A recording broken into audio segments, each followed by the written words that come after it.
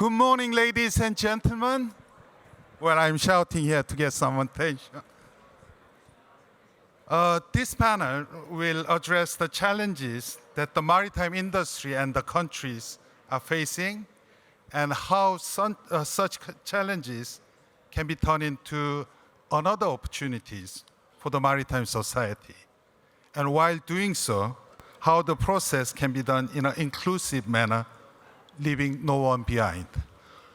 I'm going to take the advantage of being the second panel that in order to save a lot of things that I was going to say, because the first panel was, discussion was a very good introductory to our panel. So, and also my boss, the Secretary General, who is not here, just left, has explained a lot of things, what is going on in IMO. So without further delay, I'm going to have a second set of questions to the panelists. First, more of the challenges and opportunities that the industry and the government are facing. Second question is more addressed to how do you can contribute towards more inclusiveness of leaving no one behind. So without further delay, I would like address the first question to Mr. Guy Platten, the Secretary General of International Chamber of Shipping. Guy, please. Thank you. Thank you very much. Apologies. Give us a moment to give you a microphone. Could our speakers please test your microphones? Thank you very much. Okay, I'll use this one. I promise I'll pass it back. But thank you very much for that. And I tell you what, I was really enthused by some of the presentations this morning because we're facing many challenges to actually reach net zero. But to hear some of the practical things that Singapore are doing and the leadership's being shown by Singapore is really giving me cause for optimism going forward. I do believe as an industry we can meet net zero targets by 2050. But there are some challenges in the way of doing that, not least of which is going to be the absolute critical decisions made by IMO in July of this year when they have to agree on a revised GHG strategy. And not just that, and I think it was Benedict said in the last one, they have to agree specific short-term and medium-term measures as well. And I absolutely agree with the need for an economic measure. In fact, we've put in a proposal for a fund and reward system so that ship owners will pay into a fund for every ton of fossil fuel they burn, but also be able to take money out of the fund for zero carbon fuels that they use, so narrowing the price gap, but it will also leave plenty of money in there as well to assist developing nations with the vital infrastructure and the R&D that's needed to actually accelerate that transition. So that's really important. The second one I think was touched on in the last panel as well, is we've got to make sure we have the availability of supply of the zero carbon fuels, which means a massive ramping up of renewable fuel production. Just for our industry alone, we'd take the entire world's renewable energy just to power our industry. So it needs an 18-fold increase. The third challenge, of course, is making sure we have good trained crews ready to do it, and we have a just transition for those. And we'll go on to that, I know, shortly. But the opportunities, though, for our industry are immense. By the International Renewable Energy Agency estimates that over 50% of the new fuels will be transported by ship. So that's a real commercial opportunity for our sector as well. And not just that, I do believe the opportunity is that shipping can help decarbonise the world by doing just so. So I'll leave it at that because I know time is short. Thank you. Thank you. Thank you, Guy. I'm very impressed that although we in our shipping industry are facing a lot of challenges, as you have mentioned, but you are very, at the first, you are very affirmative about you can meet the zero carbon. And, zero carbon in maritime cannot only be reached by only the shipping industries, but we need a lot of things to be done in the port and land side. Now I would like to invite Mr. Jose Fermo, Chief Executive Officer of the Port of Aku. Jose. All right, so good morning, everyone. I'm on an 11-hour jet lag, so still not figuring out correctly. Great honor to be here talking to you as a Latin America port. This must be a rare event where you have a Latin America port here in Asia looking at it. But I believe what we are seeing at this moment in the energy sector, and I spent 30 years of my professional life in the energy sector before coming and starting to learn about the maritime sector, is the biggest change we're all going to see throughout our lives. And this is not just a change on the fuel. There's a lot more change going on. And one of the ones that I've been observing is the function and the role of the ports. Most of us in the port industry, we're looking at this decarbonization as something that it's happening outside the ports, and we need to be prepared. We have a slightly different approach and a slightly different understanding of what it is. We think this might change the port itself from within. So if you ask the opportunities for port, I would say right now is trying to understand the level of flexibility and the level of infrastructure that we're going to have to build or rebuild in our ports for what's happening. If you look at the energy sector, and I was in Houston for the CETA week, hearing all the energy sectors, there's a big confusion out there. It's not really a transition. It's more of a disturbance that it's happening because nobody knows what's going to be the landscape of energy over the next 10 years. Truth is, you can't bet today in one source or even in two sources. I think what we know is that the energy sector will be multi-sources in the future. The idea that the oil and gas business is going to disappear is true. It's going. We have to get rid of fossil fuels. But in order to achieve 1.5 degrees, we need to get rid first of the emissions before we get rid of fossil fuels. So there's a lot going on. And for ports, my perspective on ports is that the energy and the trade of energy that was happening in the ports will go into a much more complex. And I will give you one idea for you to think.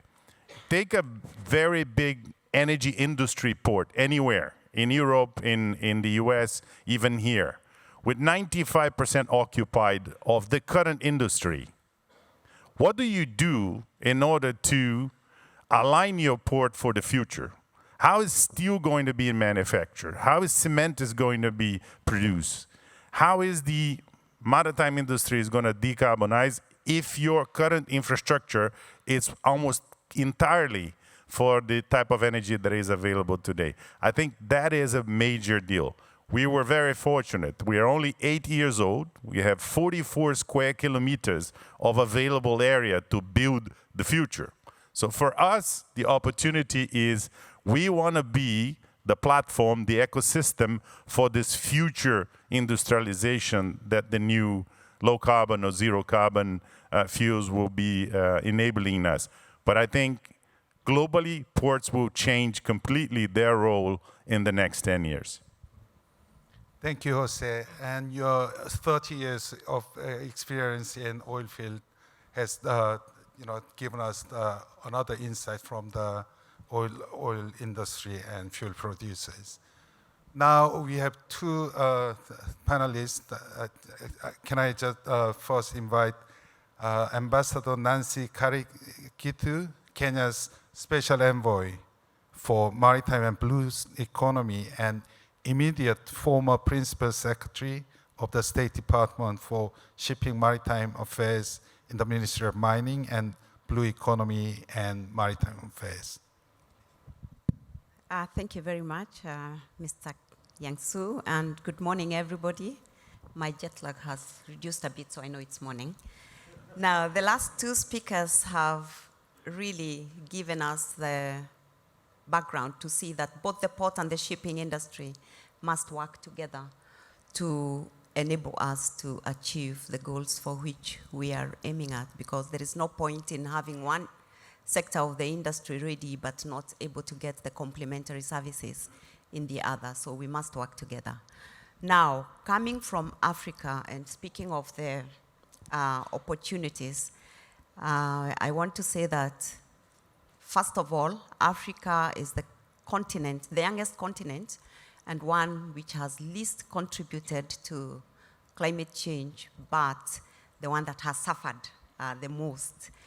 But that's not all. It's not a sad story only, because Africa has got a lot of opportunities and resources to contribute. And I think that's the essence of the journey that we are talking about. Being able to bring all those resources to bear. And if I may just start by saying that this is where the least distribution of energy is, but of course also the continent with the most resources for solar energy. For example, 7 of the 10 sunniest countries in the world are in Africa. So a lot of potential for solar. Then hydropower, 10% of the potential. This is where we find it. 65% of arable land globally is also in Africa. Lots of potential for wind power. And when you begin to think of decarbonized growth and industrialization, then you begin to see the kind of potential that the continent has to contribute. But of course, this won't happen without innovative and intentional actions being taken by all of us in order to bring out that potential and to make sure that everybody plays their role. So we're talking of being intentional and being proactive in making sure that we draw out on this potential. The youngest continent, like I said, 60% of the population is young, sharp. When you're talking of resources, human resources and the human element, the next source of, or rather a big potential, sharp young people, the next Silicon Savannah, if I may say so, because these are young people who are very agile mentally and also able to contribute to the technical. If you look at the past and some of the achievements that they've made, I'll just cite the example of some of the green grass technology that has come from the continent, like the mobile money coming from young people in Kenya. And therefore, we begin to see that there's a lot of potential that we can use and that we've not tapped into. But a lot of work to do to bring the finances, to bring the collaboration. I've seen a lot of that since we came here and since this conference started, a lot of partnerships. And I wish some of that could be with the companies, all the people with technology, with that kind of potential. Matching that will get us where we want to go. And those are some of the issues I want to mention for now. Thank you, Nancy. It's great to hear that you see a lot of opportunities with your rich resources, but also mentioning about the young people and great partnership there. And with that, I would like to ask Mr. Captain Mohammed, the marine policy expert, and also the advisor to shipping minister of Bangladesh. And he has up until recently, he has served as the Director General of International Mobile Satellite Organization. Moin, please go ahead. Thank you, Youngso. Good morning to all. Good morning, fellow presenters. I'm pleased to be able to have this opportunity to speak. Until yesterday, I was thinking of touching up on much of the renewable energy and all. But as you have just introduced this event as challenges that maritime industry and countries are facing, I feel like touching upon an industry that the country I represent is very much involved in, and which could be added to this list, that is ship recycling industry. How this industry is now in the context of decarbonization, and if I say digitalization, I would say more of modernization. So if I touch upon these two, probably I will try to bring the new perspective of another industry here. Distinguished panelists and audience, ship recycling was originally taken on board by IMO since 1998, as I was witnessing and I was involved to such an extent. So therefore, over a period of time, it has improved. But we are talking about digitalization in many areas. Probably this area needs to be looked into now, how this industry can contribute towards the decarbonization, and also how the modern technologies could be introduced whereby this industry could also have better output in the context of minimizing the carbon emission. As you know that ship recycling industry is centered in a very few countries, mostly 5 countries.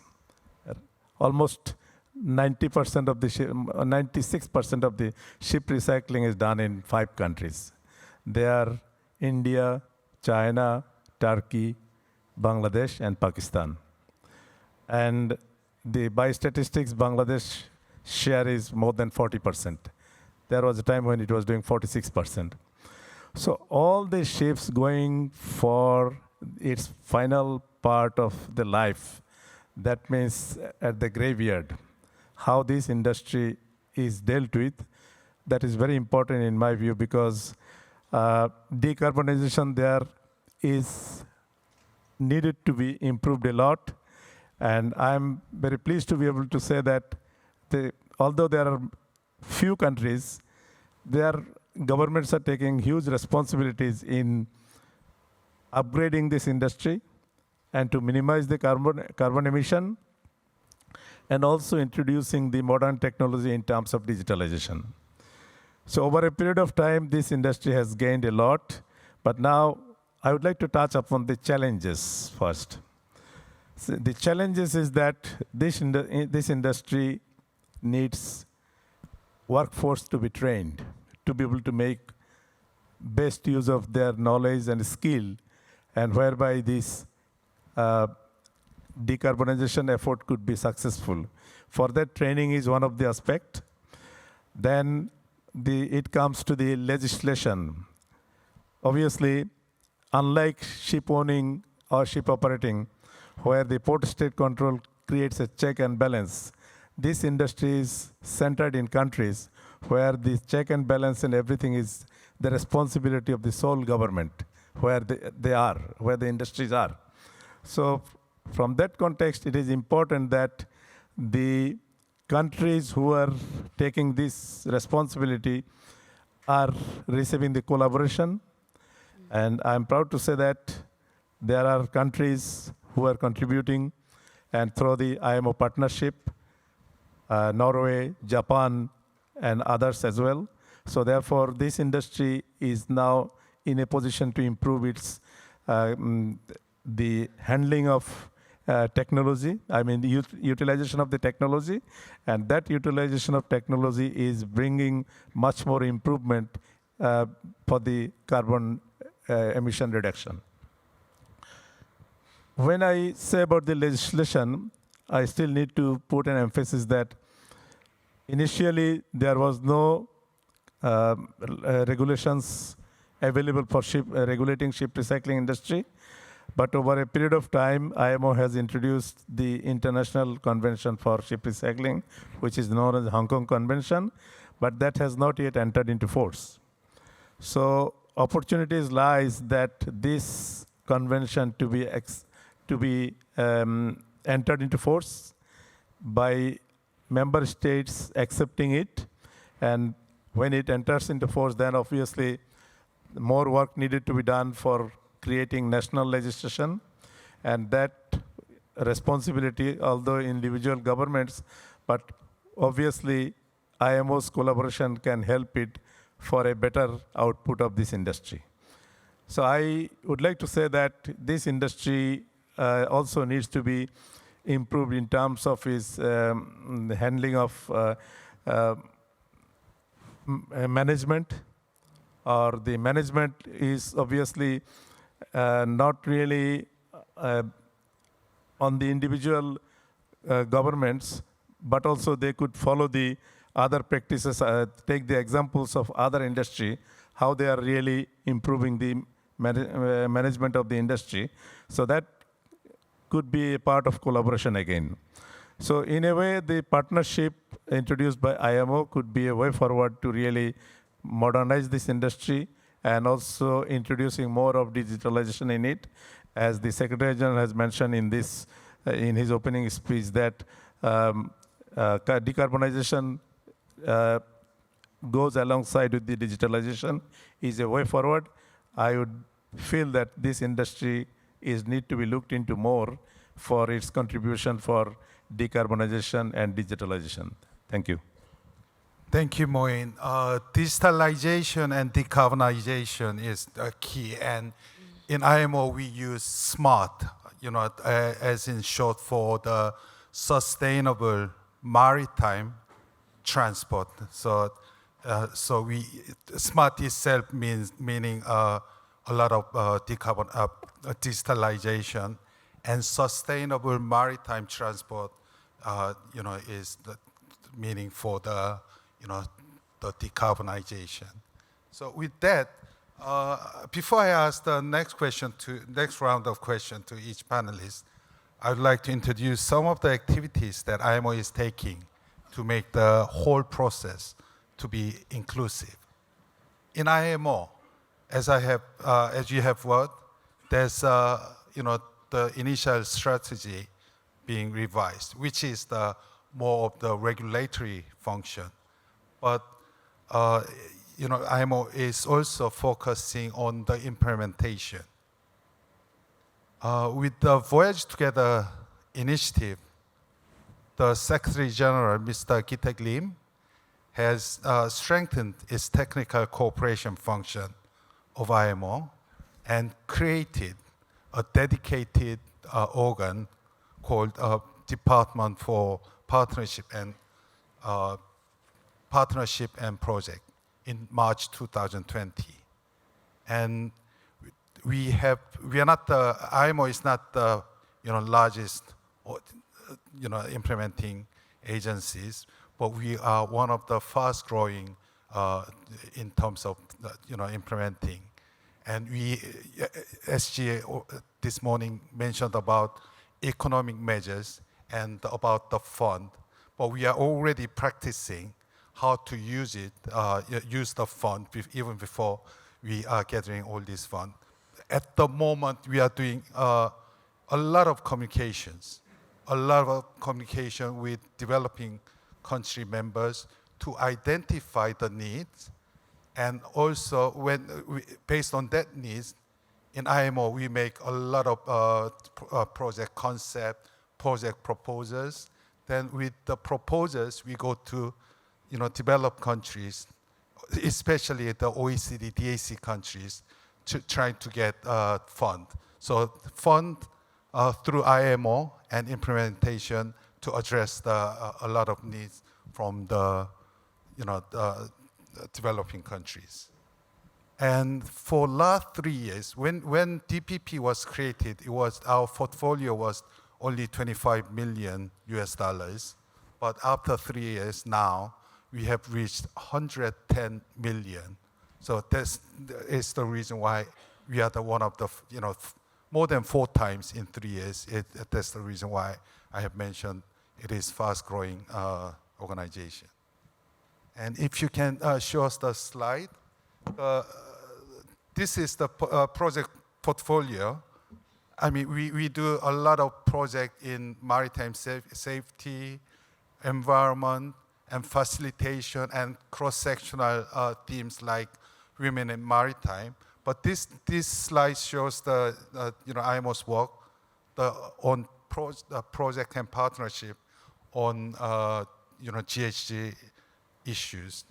With all this, I won't go through all the project by project, but IMO is currently addressing capacity building in terms of training and assisting countries to develop their national action plans, the R&Ds, the network between R&D institutions. We are assisting. We are arranging it, and project proposals for infrastructures, as well as financing of decarbonization and helping countries to set up legal and administrative framework. And we are also exploring the possibility of establishment of gap funding for those countries to carry out some of the pilot projects on infrastructures. With this, I would like to ask the panelists how, from your perspective, can contribute to the whole process to be inclusive. May I start with Nancy? Thank you, and thank you to the panelists for their contribution. Let me start by emphasizing the point I made earlier about inclusiveness, especially bringing everybody on board. And I want to talk about the constituency that involves the youth. Like I said, and I think this is a pertinent issue, with a young population that comprises 60% of our population, especially if I talk about Africa, it means that 100% of our future is dependent on that 60%, and therefore bringing them on board and working with them and awareness and also making them part of the solution becomes very important. So diversity and inclusiveness would be one of the key pillars of the journey that we are undertaking, because there is no going back, and we all know, whether developing small island states, LDCs, this is a commitment we've made and we must see it through. So the pathway is what we need really now to concentrate on and emphasize. The next one is collaboration and partnerships. And the point I made that with what we have seen in Singapore, we need maybe to explore and to widen the scope of that partnership. How well it would work if we included the developing countries and the developed countries, that interchange of partnership, that interchange of collaboration, how much more would it yield for us? And in this, I want to touch on the GMN network as an example that has given us an opportunity in particularly areas where we needed to build capacity for GHG emission reduction. Now, having gone through the first phase of pilot projects, how we wish that we could see that this second phase of the MTCC network involving bankable projects that then take advantage of the resources of where these MTCCs are situated, and therefore making use of those resources to give us cheaper solutions at source and also capacity building within that context. I think that's the next phase that we are looking at, so that we can then build upon what we have gained, build more trust, collaboration, and also the partnerships that we need. Then also we need, of course, the first step will be the policy and governance framework, which is what we are looking forward to getting in July, so that therefore begins to release the funding and make, bring clarity, and therefore the investments that we need in order to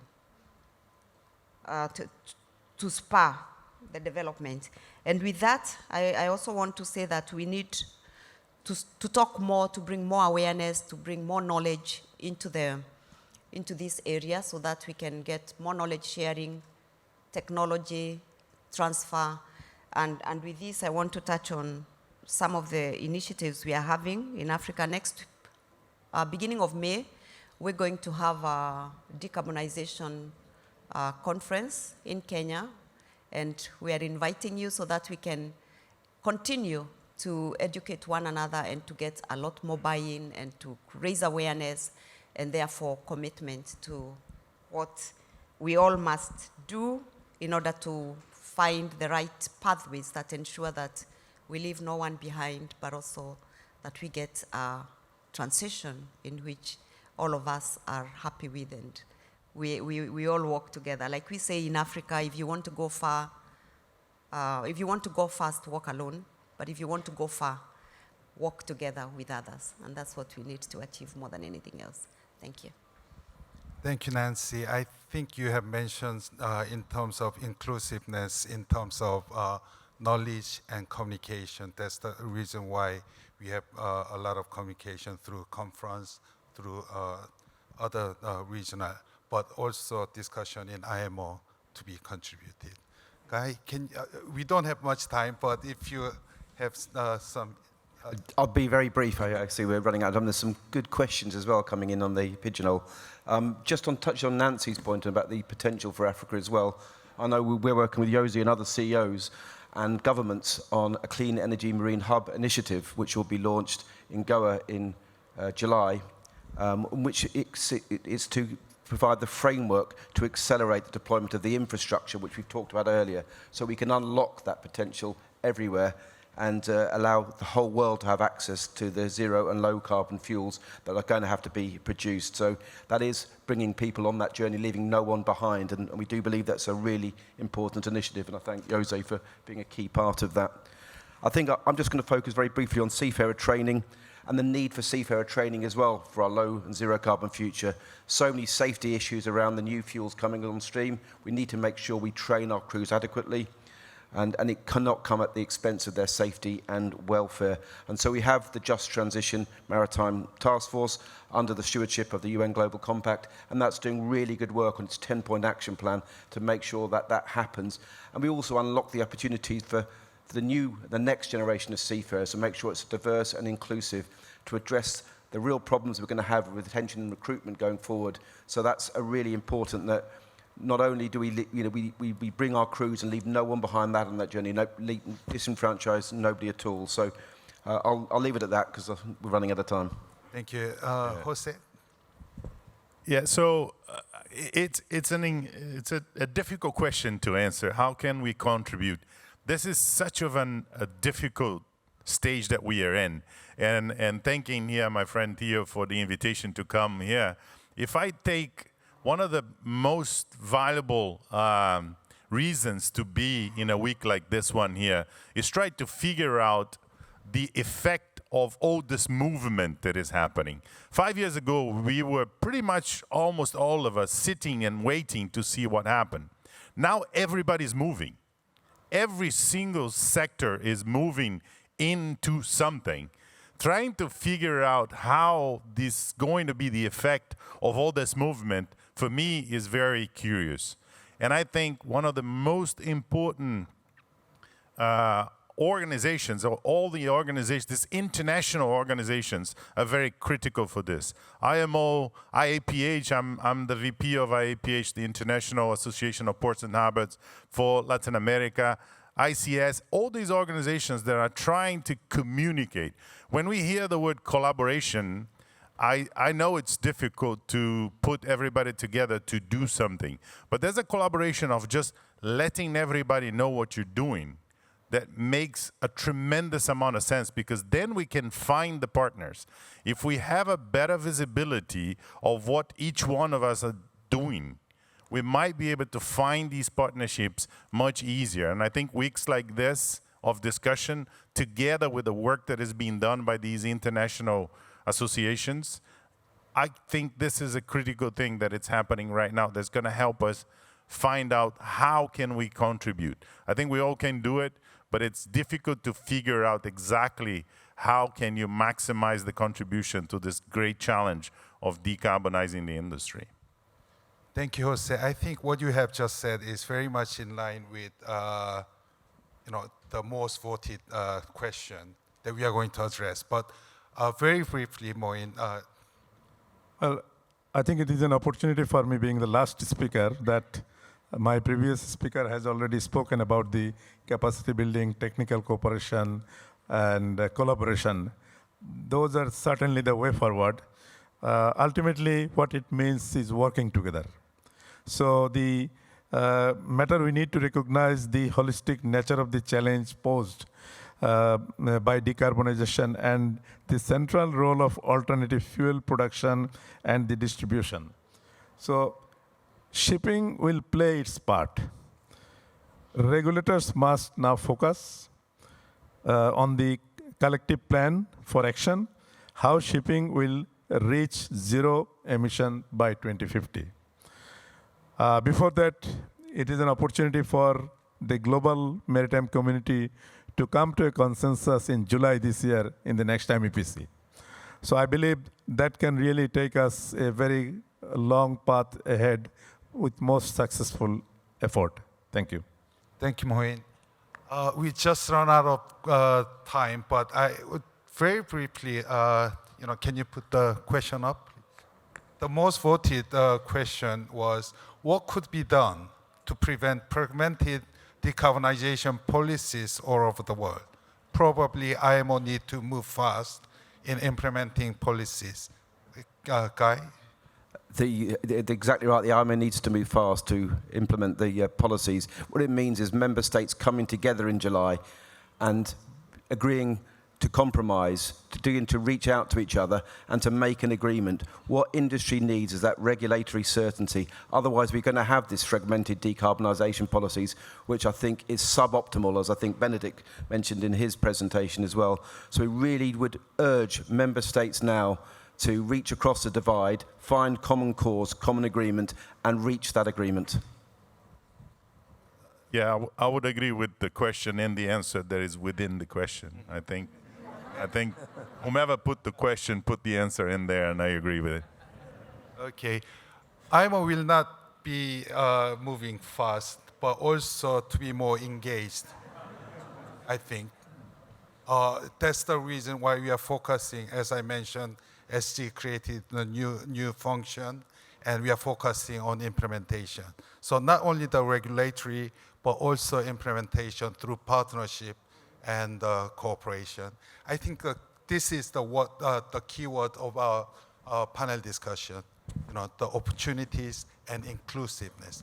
Inclusiveness in terms of developed and developing countries, but also in between the industries and countries. Thank you very much.